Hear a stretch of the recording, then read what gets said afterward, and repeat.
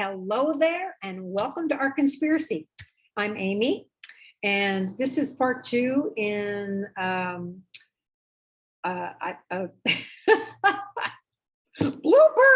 No, this is part two in I did a gesture video. Anyway, I've been making these videos, totally a gift, labor of love to people who share my love of the craft of drawing and painting. And I've done a bunch of videos, and this friend of mine who's much more tech savvy than I am, she looked at my numbers, my stats or whatever. And this one particular video about gesture drawing has gotten like 4,000 views, which is like pretty amazing. So I'm like, what?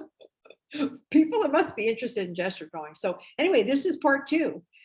Because I think people must be thirsty for this, and I can understand why, because gesture drawing is so liberating, and it is such a foundational skill for whatever you want to draw and in whatever style you want to draw it.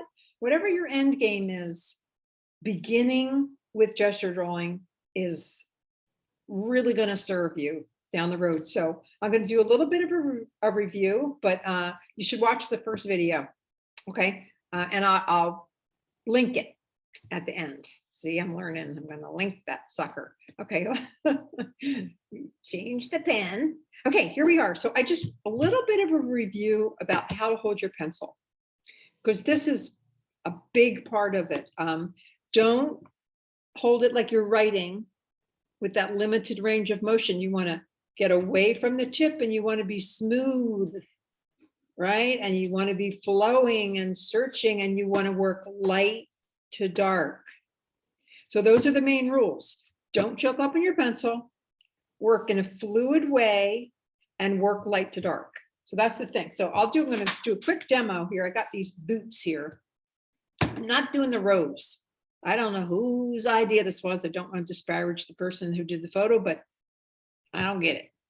Anyway, so let's say one of the advantages of gesture drawing is that you can fit your image in whatever format you want, because you're going to see the whole thing before you see any details. So for instance, now if I were going to do the format, this looks more like a horizontal rectangle, but let's say just for fun, I'm going to fit these boots in this size.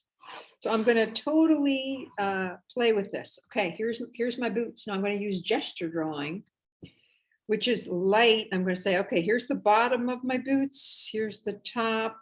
I'm going to have a little space between them, but less, because I'm going vertical. And I'm going to say, okay, it's got to fit in here. So that's how far out I can go. So that's going to dictate kind of how wide these boots will be too. It's going back in space, and I'm going to work loose. Now my boots are a little bit taller proportion wise, but I'm doing good. Kind of working on the silhouette, but then as I go along, I keep making marks.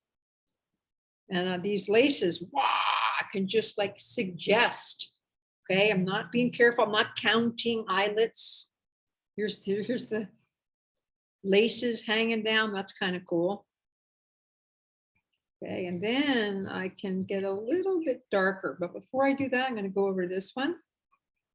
There we go. And make sure these two tops, I'm relating the front of the shoe so they match. And I got this little thing here that I didn't see at first, which is kind of cool. Laces, wah, wah, wah.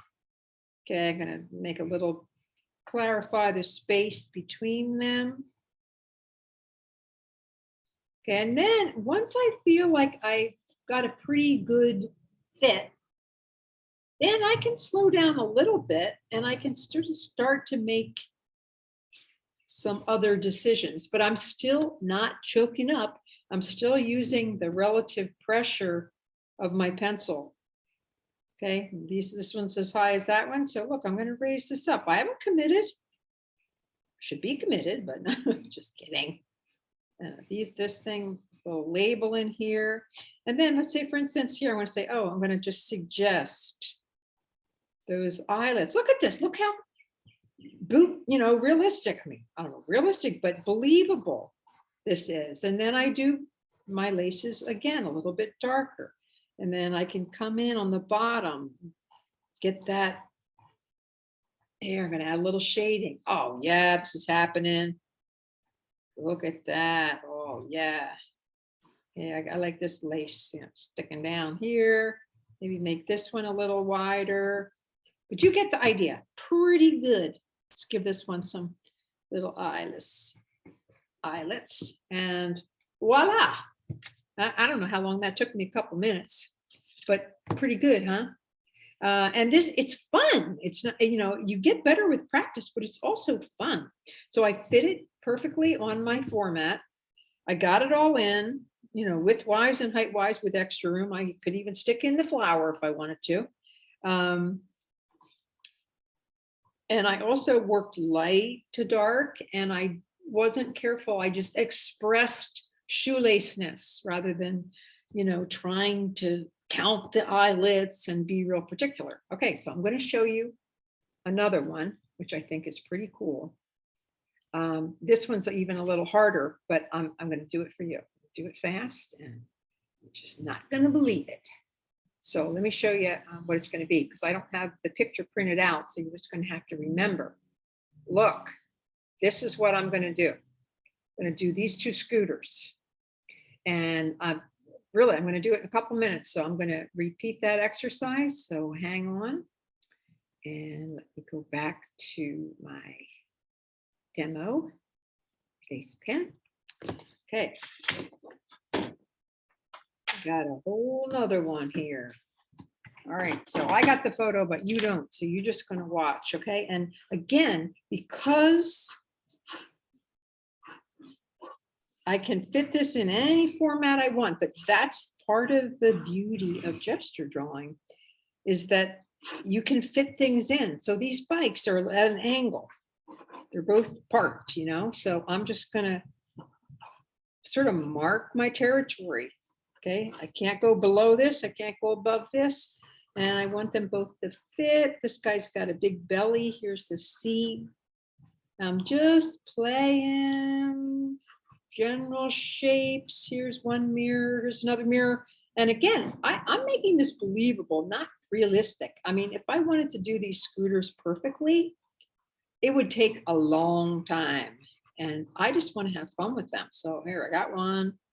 The license plates are kind of lining up, but again, I'm staying really loose. Here's one seat.